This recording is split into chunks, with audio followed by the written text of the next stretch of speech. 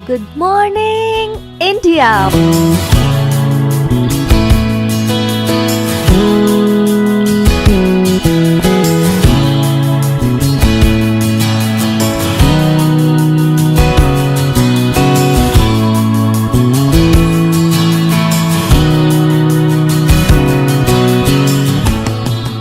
Monday to Friday, back to back classes live from studio.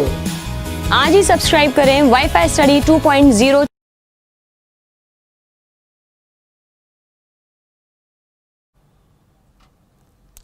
Hello friends, welcome to WiFi study changing the way of learning. सभी का हार्दिक अभिनंदन है WiFi study education YouTube channel पर। सबको Ram Ram, good afternoon, सबको राम राम, सबको सुनील, सिया, लक्की, देविंदर, सबको राम राम, सबको राम राम बच्चों, सबको राम राम, गुड आफ्टरनून। आशु, किशोर, अनमोल, कल्पेश, मयंक, सबको राम राम। ज्योति, सबको राम राम, सबको राम राम बच्चों, सबको राम राम। बढ़िया हो सब लोग आप। आज आपका जो टॉपिक है, टॉपिक जो आपका है आज मित्रों, टॉपिक आपको पता होगा राष्ट्रीय उद्यान एवं अभ्यारण्य। टॉपिक आपका है राष्ट्रीय उद्यान एवं अभ्यारण्य।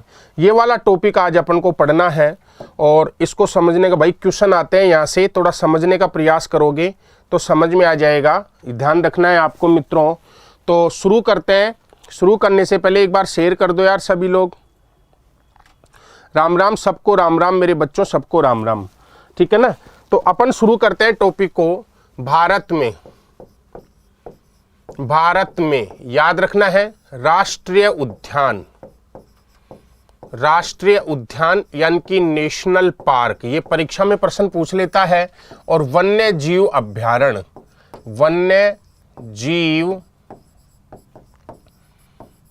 अभ्यारण्य। यदि आपसे मैं ये बोलूं कि भारत में राष्ट्रीय उद्यान जो हैं उनकी संख्या कितनी है, आपसे अगर मैं ये बोल दूं कि भारत में राष्ट्रीय उद्यानों की संख्या कितनी है, तो याद रखना इनकी संख्या है 105 और वन्य जीव अभ्यारण्यों की संख्या भारत में है 545। याद रखना भारत में ये 545 है और राष्ट्रीय उद्यान भारत में 105 है, ये आपको ध्यान रखना है। तो भारत में राष्ट्रीय उद्यानों की बात करें तो 105 है, वन्य जीव अभ्यारण्यों की बात करें तो 545 है, ये आपको ध्यान रखना है।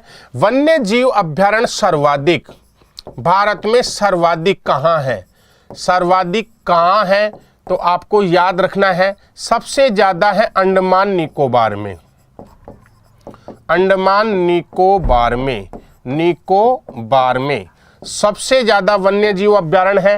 राष्ट्रीय पार्क सर्वाधिक कहाँ है भारत में, सर्वाधिक कहाँ है, सर्वाधिक कहाँ है, तो आपको याद रखना है फर्स्ट नंबर पर मध्य प्रदेश और सेकंड नंबर पर अंडमान निकोबार।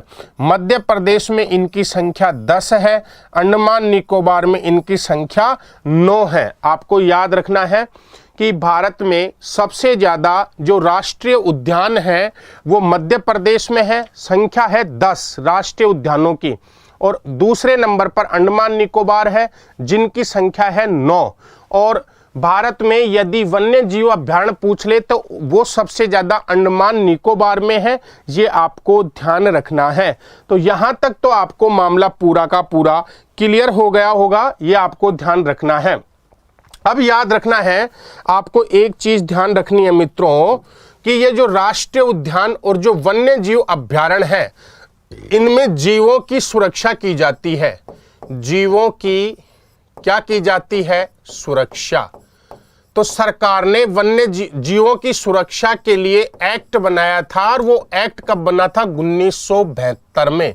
आपको याद रखना है एक्ट कब बना था, 1972 में। समझ में है ना। तो याद रखना जितने भी राष्ट्रीय उद्यान हैं, जितने भी वन्य जीव अभ्यारण्य हैं, उनमें जितने भी जीव जंतु हैं उनकी सुरक्षा की जाती है। और इनकी सुरक्षा के लिए मित्रों वन्य जीव संरक्षण एक्ट, वन्य जीव संरक्षण एक्ट 1900 कब बना था, 72 में बना था। परीक्षा में प्रश्न पूछ लेता है कि वन्य जीव संरक्षण अधिनियम कब बनाया गया, 1972 में बनाया गया था, ये आपको ध्यान रखना है।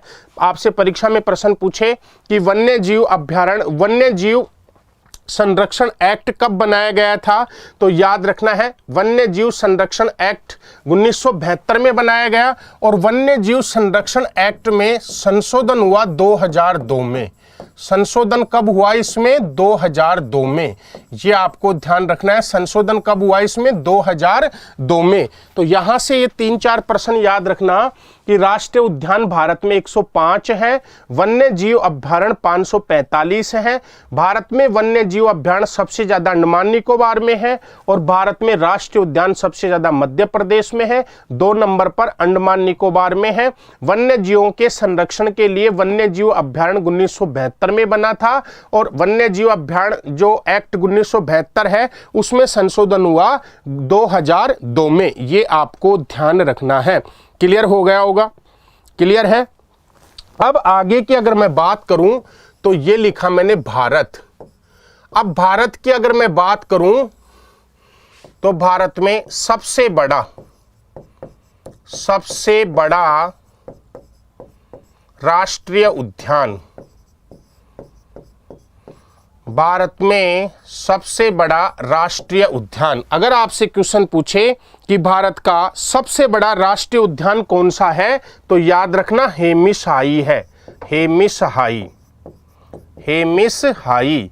और हेमिसहाई कहां पड़ता है, लद्दाख में पड़ता है, लद्दाख में पड़ता है। याद रखना भारत का सबसे बड़ा राष्ट्रीय उद्यान कौन सा है, क्षेत्रफल की दृष्टि से हेमिसहाई सबसे बड़ा राष्ट्रीय उद्यान हेमिसहाई है और हेमिसहाई कहां पे है, लद्दाख में है। याद रखना है कहां पे है, लद्दाख में। तो परीक्षा में प्रश्न पूछा जा सकता है कि भारत का सबसे बड़ा राष्ट्रीय उद्यान कौन सा है और यह किस दृष्टि से है, क्षेत्रफल की दृष्टि से, क्षेत्रफल की दृष्टि से,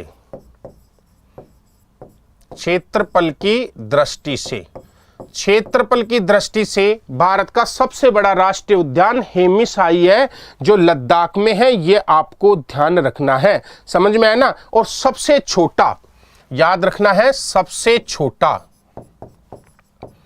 सबसे छोटा राष्ट्रीय उद्यान, राष्ट्रीय उद्यान तो सबसे छोटा क्षेत्रफल की दृष्टि से अंडमान निकोबार में है। कहां पे है, अंडमान निकोबार में, निकोबार में। और अंडमान निकोबार में कौन सा है, south button, south button national park. South button national park Andaman Nicobar में है जो भारत का क्षेत्रफल की दृष्टि से सबसे छोटा राष्ट्रीय उद्यान है। देन आगे की बात करूं तो भारत का पहला राष्ट्रीय उद्यान, भारत का पहला राष्ट्रीय उद्यान, भारत का पहला राष्ट्रीय उद्यान, भारत का पहला राष्ट्रीय उद्यान है Jim Corbett, Jim Corbett. Bharat का पहला राष्ट्रीय उद्यान कौन सा है, जिम कार्बेट है, आपको याद रखना है मित्रों। तो अगर आपसे परीक्षा में प्रश्न पूछे कि भारत में क्षेत्रफल की दृष्टि से सबसे बड़ा राष्ट्रीय उद्यान कौन सा है, हेमिसहाई है, लद्दाख में है। भारत का सबसे छोटा राष्ट्रीय उद्यान कौन सा है, साउथ बटन है, अंडमान निकोबार में है। भारत का पहला राष्ट्रीय उद्यान कौन सा है, जिम कार्बेट है, उत्तराखंड में है। ये आपको याद रखना है। क्लियर हो गया होगा, ये चीजें याद हो गई क्या, सेट हो गया क्या, जल्दी से थम्स अप करके बता दो सेट हो गया क्या यहां तक का मामला। जिम कार्बेट उत्तराखंड में है। अब इसकी पूरी डिटेल करेंगे, इसकी मैं कुछ आपको डिटेल बताऊंगा, इसकी डिटेल बतानी है मुझे। तो यहां तक क्लियर है, क्लियर है क्या, एक बार शेयर कर दो यार। अब अगली मैं बात करूं जिम कार्बेट, इसकी अगर मैं बात करूं मित्रों तो देखो कहां है, कहां है, उत्तराखंड में है। स्थापना कब हुई थी, इसकी स्थापना कब हुई थी, 1936, 1936 में। पूर्व नाम क्या है, पूर्व नाम इसका पहले नाम था heli national park. Heli national park. Jim Corbett का पहले नाम क्या था? Heli national park. याद रखना है, जिम कॉर्बेट का पहले नाम क्या था? हेली नेशनल पार्क था। ये आपको याद रखना है। नया नाम कब दिया? नया नाम इसको कब मिला? 1953 में। 1953 में इसका नाम क्या रख दिया था मित्रों? Jim Corbett. इसका नाम रख दिया जिम कॉर्बेट। ये आपको याद रखना है। समझ में है ना? बाघ परियोजना, पहली बाघ परियोजना, इस अभ्यारण्य में पहली बाघ परियोजना की शुरुआत हुई थी 1 अप्रैल 1973 में। 1 अप्रैल 1973 में पहली बाघ परियोजना की यहाँ पे क्या की गई थी? शुरुआत की गई थी। याद रखना है, अर्थात यहाँ पे बाघों के संरक्षण की व्यवस्था पहली बार 1 अप्रैल 1953 में की गई थी। ये आपको ध्यान रखना है। क्लियर है? क्लियर है क्या? बाघ परियोजना, याद रखना, भारत की पहली बाघ परियोजना की शुरुआत कहां हुई है? जिम कार्बोनेट में हुई थी। ये आपको ध्यान रखना है। समझ में आ गया ना? तो ये आपको याद रखना है मित्रों। 1936 में हेली नेशनल पार्क के नाम से इसकी स्थापना हुई थी। तो जिम कार्बोनेट की अगर मैं चर्चा करूं आपके सामने, कहां है? उत्तराखंड में है। स्थापना 1936 में, पहले नाम था हेली नेशनल पार्क। वर्तमान में जिम कार्बोनेट नाम कब दिया? 1953 में। यहां पे पहली बाघ परियोजना, भारत की पहली बाघ परियोजना शुरुआत हुई थी 1 अप्रैल 1973 में। और कहां हुई थी? जिम कार्बोनेट उत्तराखंड में हुई थी। यह आपको ध्यान रखना है। क्लियर है पूरा का पूरा? अब अगर मैं बात करूं, बाघ परियोजना आ गई, तो बाघ परियोजना की अगर मैं चर्चा करूं, बाघों के लिए राष्ट्रीय उद्यान,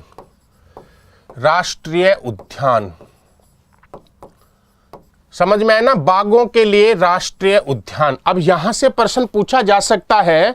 क्या क्वेश्चन पूछेगा? प्रश्न आपसे पूछेगा कि क्षेत्रफल की दृष्टि से सबसे बड़ा बाघ आरक्षित क्षेत्र, सबसे बड़ा बाघ आरक्षित क्षेत्र, वो केवल बाघों के लिए विख्यात है। आरक्षित क्षेत्र, क्षेत्रफल की दृष्टि से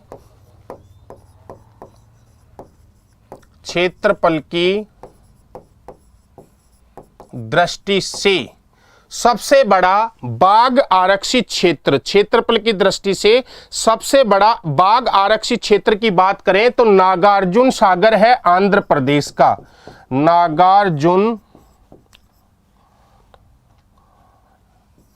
नागार्जुन सागर आंध्र प्रदेश का। और सबसे छोटा, क्षेत्रफल की दृष्टि से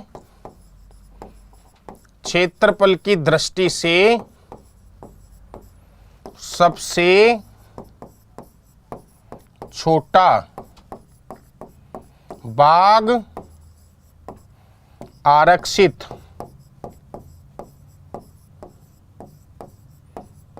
क्षेत्र, तो याद रखना पेंच एमपी का। याद रखना पेंच कहां का है? एमपी का है, मध्य प्रदेश का है, सॉरी महाराष्ट्र का। पेंच महाराष्ट्र का है, महाराष्ट्र का। ये सबसे छोटा है। तो याद रखना है क्षेत्रफल की दृष्टि से सबसे बड़ा बाघ आरक्षित क्षेत्र नागार्जुन सागर आपके आंध्र प्रदेश का है। और क्षेत्रफल की दृष्टि से सबसे छोटा बाघ आरक्षित क्षेत्र पेंच महाराष्ट्र का है। यह आपको ध्यान रखना है। समझ में है ना? सबसे छोटा पेंच महाराष्ट्र का है। यह आपको ध्यान रखना है। क्लियर है? क्लियर है क्या?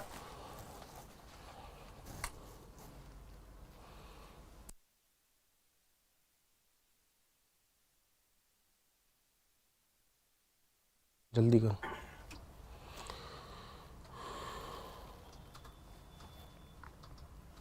क्लियर है क्या? तो याद रखना है, हाँ, इसका कुछ पार्ट महाराष्ट्र में भी है, कुछ पार्ट इसका एमपी में भी है। बिल्कुल सही है मित्रों, एमपी में। देखो मैं बताऊं आपको, पेंच की मैं आपको बता दूं, पेंच जो है इसका कुछ पार्ट एमपी में है प्लस कुछ पार्ट इसका महाराष्ट्र में है, ये आपको ध्यान रखना है। लेकिन पेंच की अगर बात करें तो सॉरी, सबसे ज्यादा इसका विस्तार मध्य प्रदेश में पड़ता है, महाराष्ट्र में कम पड़ता है। महाराष्ट्र में इसका विस्तार क्या है, कम पड़ता है, ये आपको ध्यान रखना है।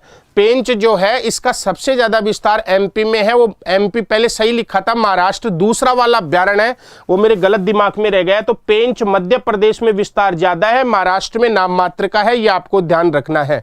तो याद रखना, पेंच मध्य प्रदेश में ही है, जो क्षेत्रफल की दृष्टि से सबसे छोटा बाघ आरक्षित क्षेत्र है, ये आपको ध्यान रखना है। क्लियर है। अब अगला मैं बात करूं तो सर्वोच्च ऊंचाई पर स्थित, सर्वोच्च ऊंचाई पर स्थित, सर्वोच्च ऊंचाई पर स्थित बाघ आरक्षित क्षेत्र, बाघ आरक्षित क्षेत्र, बाघ आरक्षित क्षेत्र, सर्वोच्च ऊंचाई पर स्थित भारत का बाघ आरक्षित क्षेत्र कौन सा है? अगर आपसे पूछे कि भारत में सर्वोच्च ऊंचाई पर स्थित बाघ आरक्षित क्षेत्र कौन सा है, तो नाम दफा अरुणाचल प्रदेश का है, यह आपको ध्यान रखना है। कौन सा है? नाम दफा अरुणाचल प्रदेश का है, यह आपको ध्यान रखना है। तो नाम दफा नेशनल पार्क भारत का सर्वोच्च ऊंचाई पर स्थित बाघ आरक्षित क्षेत्र है, यह आपको याद रखना है। क्लियर है, यह आपको ध्यान रखना है। भारत का सर्वोच्च ऊंचाई पर स्थित बाघ आरक्षित क्षेत्र कौन सा है? नाम दफा अरुणाचल प्रदेश का है, यह आपको ध्यान रखना है। अगर पूछे कि दक्षिणतम भारत का, दक्षिणतम भारत का बाघ आरक्षित क्षेत्र, बाघ आरक्षित क्षेत्र, तो दक्षिणी भारत का बाघ आरक्षित क्षेत्र यानी कि दक्षिणतम का मतलब होता है भारत के लास्ट दक्षिण में, भारत के लास्ट दक्षिण में जो बाघ आरक्षित क्षेत्र है वो कालकंड मुंडन थर्राई है तमिलनाडु का। कालकंड, कालकंड मुंडन थर्राई, मुंडन थर्राई, ये पड़ता है आपके तमिलनाडु में, ये आपके तमिलनाडु में पड़ता है, ये आपको ध्यान रखना है। समझ में आया ना, ये आपको ध्यान रखना है। कालकंड मुंडन थर्राई तमिलनाडु में।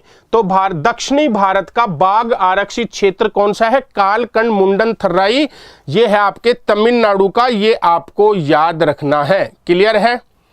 अब अगर मैं बात करूं कि सर्वाधिक बाघ घनत्व, सर्वाधिक बाघ घनत्व, सर्वाधिक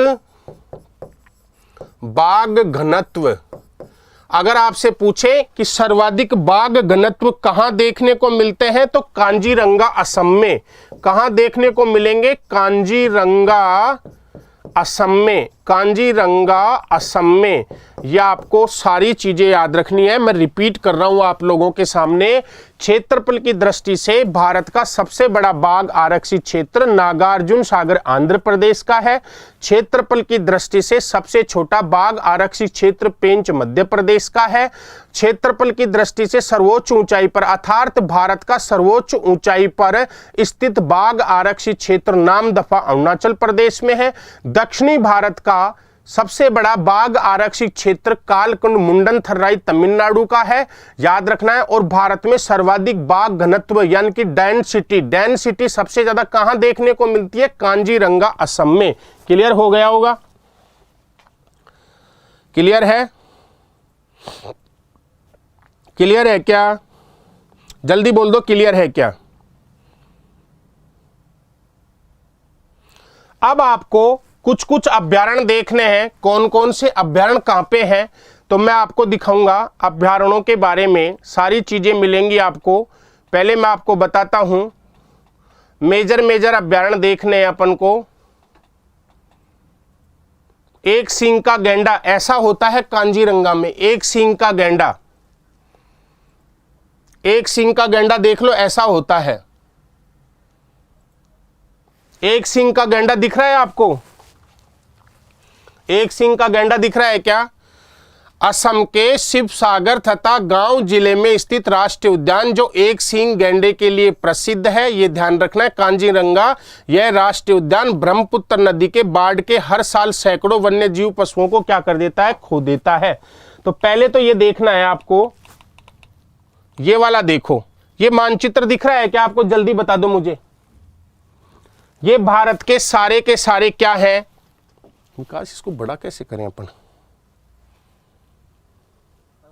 बड़ा कैसे करें?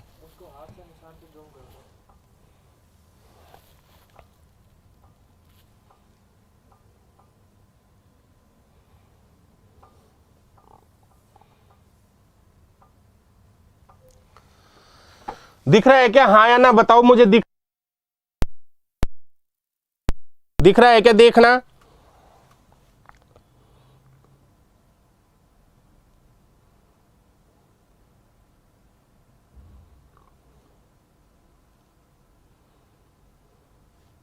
अरे दिख रहा है क्या? सारा दिख रहा है यार, सारा दिख तो रहा है।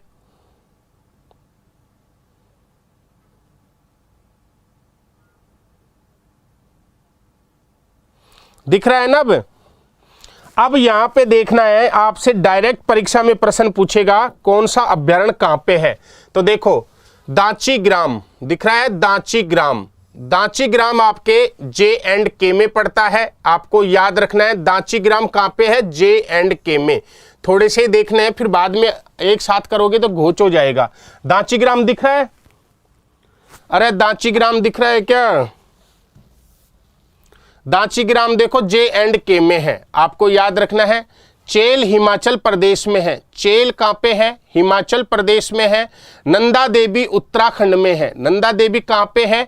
उत्तराखंड में है, आपको ध्यान रखना है। नंदा देवी कहां पे है? उत्तराखंड में। अब देखो, केवलादेव, सरिस्का, रणथंबोर, ये हमारे राजस्थान में है। दिख रहा है आपको पूरा का पूरा? अरे दिख रहे हैं कि नहीं दिख रहे हैं?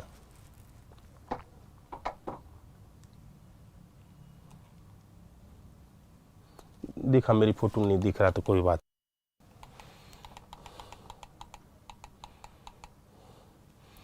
दिखा दे फोटो, कोई बात नहीं। नहीं दिख रहा तो मेरी बात को सुनो, कोई बात नहीं है, आप टेंशन ना लो, सब दिख जाएंगे, सारी की सारी चीजें दिख जाएंगी। जो पढ़ाया जो समझ में आ गया है क्या?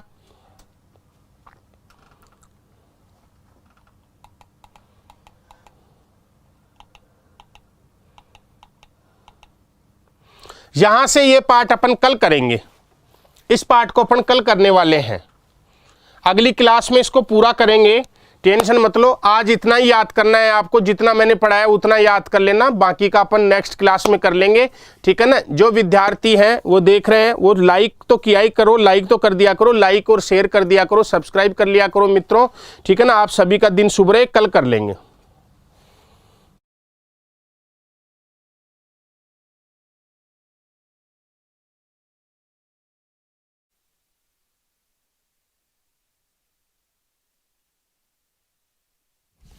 आवाज आ रही है मेरी? कल आप लोगों के लिए सुबह 8 बजे 2.0 पर स्पेशल क्लास है महिला एवं बाल विकास की। समझ में है ना? कल आप लोगों के लिए, सभी बच्चों के लिए स्पेशल क्लास है महिला एवं बाल अपराध, महिला एवं बाल अपराध, सुबह 8 बजे। तो सुबह 8 बजे आपके अपने 2.0 पे है, अपने दोस्तों को सबको अवगत करा देना। आपके पुलिस पटवारी में वो नया सिलेबस जुड़ा है, महिला एवं बाल अपराध। ये रीट में भी आता है, पुलिस पटवारी में भी आता है। भारत का कोई सा भी एग्जाम दे लो, रेलवे का दे लो, SSC का दे लो, किसी का भी एग्जाम दे लो, इनमें से सवाल आते हैं। तो कल अपन इसको जरूर करेंगे, ठीक है ना। कल आपका टॉपिक स्पेशल क्लास, संडे और सैटरडे को स्पेशल क्लास लेकर आए हूँ आप लोगों के लिए, याद रखना है आपको।